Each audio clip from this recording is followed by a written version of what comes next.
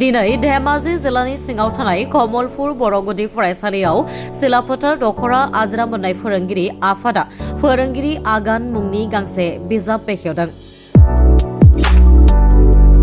बे बिजाब बेखेवनाय हाबाफारियाव बाहागो लायो बेखेवगिरि महरै सिमेन्टसाफुरि फरायसालिमानि बिबुंगोरा दिनेश्वर नार्जारि बिथाङा।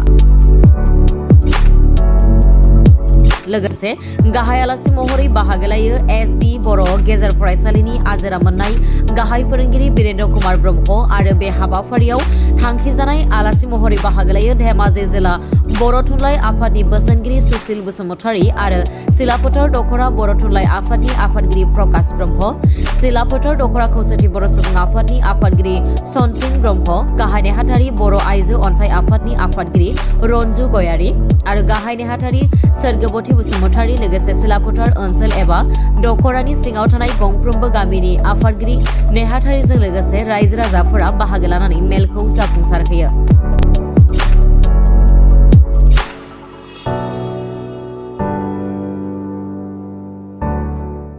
दिनै सिलाफोथार दखरा आजिरा मोननाय फोरोंगिरिफोरनि बे फोरोंगिरि आगान बे बिजाबखौ बेखेवनायाव फैनानै आं ओरैबायदि मोजां मोनदों। बे जि मोनसे जारिमिन, बर' हारिनि रायजो जानायनि जारिमिन, बेखौसो बे जायगायाव गिबि नैबे सिलाफोथार दखरानि आजिरा मोननाय फोरोंगुरुफ्रा जोंनो फोरोंबाय। जोंखौ दिनै बिथांमोनहा फोजाखांबाय आरो बाहाय फैनानै जोबोद गोजोनदों आङो। मानोना जोंनि बिदि मावखिन्थि दिन्थिगिरि फोरोंगुरुमोनहा दिनै जोंनो बयनोबो बे गोजानाव रायजो जाफैनाय बर' हारि आरो सानजा सोनाब सा खोला जेरावबो रायजो जानाय बर' हारिनो नैबे जारिमिनारि बादि मोनसे हारिनि थासारिनि आरो जेखौ जेरैबादि जोंनि सुबुं अनजिमा बेखौबो जों लाखिनायनि मोनसे मोजां मोनसे जोंनि थाखाय हाबाफारि। आं बिनिखायनो बिथांमोनखौ जोबोद बाख्नायदों आरो जोबोद गोजोनदों। आरो बेबादि बे बैसोआव बिथांमोननि बे मावनायखौ नुनानै आं बिथांमोनखौ जोबोद गोरबोजों साबायखर होदों। बे आंनि गोसोनि मोजांथि आरो गोरबोजों बिथांमोनखौ आं साबायखर होदों। लाइमोनफोरखौ मा मेसेज होनो सारा बिसोरनिखौ?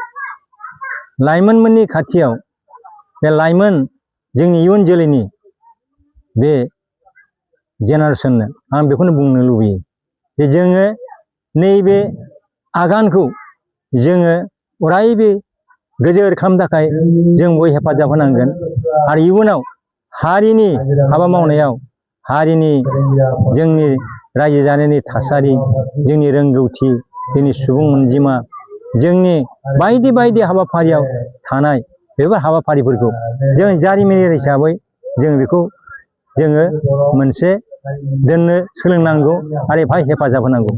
आरो इयुन जोलैया जोंहा मा जानांगौ, जोंनि सोलोंथाइ आयदा, आखल आखु दानाय आयदा आरो जोङो नैबे दानि थासारिनि जे मोनसे जोंहा बायदिसिना निसा जिराद लानाय बिनिफ्राय सांग्रां जानांगौ आरो जोङो गाव गावखौ साफा साफा सुबुं धोन महरै गावखौनो आरो जोङो न'खरनि, समाजनि, हादोरनि, सारा बुहुमनि साफा साफा मोजां मानसि जानो थाखाय नाजानांगौ आरो नाजायोब्ला जों गाव गावखौ बुहुमाव फसंनानै मोनसे जिबिनि गेजेराव साबसिन जिबि सुबुं जिउखौ जोङो मुलुगाव नेरसोन खालामनो हागोन। बेखौनो आंनि इयुन जोलैफोरनि खाथियाव गोरबोनि हांख्रायनाय आरो बिथांमोनखौ आं बेखौ अरायबो खर'आव लानानै हाबा मावनो थाखाय बिथांमोनखौ आङो गोरबोजों खावलायो आरो मिजिंथियो जोंनि इयुन जोलैया बे हाबाखौ मावफुंनो हागोन। बिथांमोनाव बे रोंगौथिया फैगोन आरो बेबादि हाबाखौ जाहाथे बिथांमोना जेब्लाबो बाया आरो एनसरा आरो हारिनि खौसेथिनि थाखाय अरायबो जाहाथे बे इयुन जोलैनि फिसा फिसौफ्रा मावलाङो, बेखौनो आं गोरबोजों खावलायदों आरो मिजिंथिदों। गोजोन्थों। दिनै कमलपुर बरगुदि फरायसालियाव सानसेनि हाबाफारि लानानै बिजाब बेखेवनाय मोनसे हाबाफारि लागोन सिलाफोर दख'रा हाजिरा मोननाय फोरोंगिरिफोर बेवहाय फैनानै सारा माबायदि बेखेवगिरि सार दिनै बेवहाय कमलपुर गामियाव फैनानै जिराय मोननाय फोरोंगिरि बिथांमोनहा गांसे बिजाब बेखेवनो होदों। बिजाबनि मुङा फोरोंगिरि आगान। बेखौ बेखेवनो मोननानै आङो जोबोद गोजोननाय मोनदों आरो बेबादि जानांगौ इयुनावबो बिथांमोनहा खामानिखौ मावलांबाय थागोन आरो इयुनाव साबसिन खामानि मावगोन होननानै आं आसा खालामो। साराथ' गोबां बिजाबफोर लिरबोबाय बेनि गेजेराव बे जाखांफुनाय लाइमोनफोरखौ मा मेसेज होनो सानो आरो फरायगिरि लिरगिरि बिथांमोनखौ? आंथ' बिजाबखौ लिरबाय लिरनाया गां 20बासो जाबायानो। होमब्लाबो आंनाव ओरैबायदि रोंगौथि दं जे बर' मानसिफ्रा बिजाब फरायनो नागिरा। नाथाय बर' बिजाब बर'आनो जा बा इंराजि बिजाबानो जा बा गुबुन गुबुन बिजाबानो जा फरायनांगौ आरो बिजाब फरायबासो मिथियो। जों जेरैहाय बिजाब फरायनानैसो गुबुन गुबुन थाखोखौ पास खालामबोदों, दासिम प्रफेसार जादों आरो गोबां मिथिनो हादों। दा बेबादिनो इयुननि बर' फरायसाफ्रा जाहाथे फरायनायाव गोसो होयो।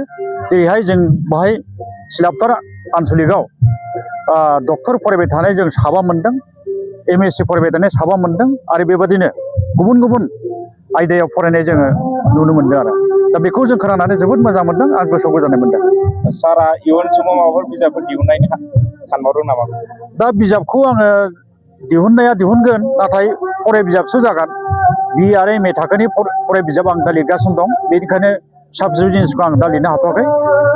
कलेज आरो इउनिभारसिटियाव सोलिनाय बिजाबसो आं दा लिरगासिनो दङ। सारनि बिजाबफ्रा कलेज इउनिभारसिटियाव सिगांफोर सोलिदोंमोन नामा? सोलिबाय थायो। आंनि लिरनाया डिब्रुगड़ आरो गुवाहाटी बड'लेण्ड इउनिभारसिटियावबो सोलियो आरो सुजुनायावबो सोलियो। दासिम सोलिगासिनो दं होननानै आं बुङो आरो बेखौ।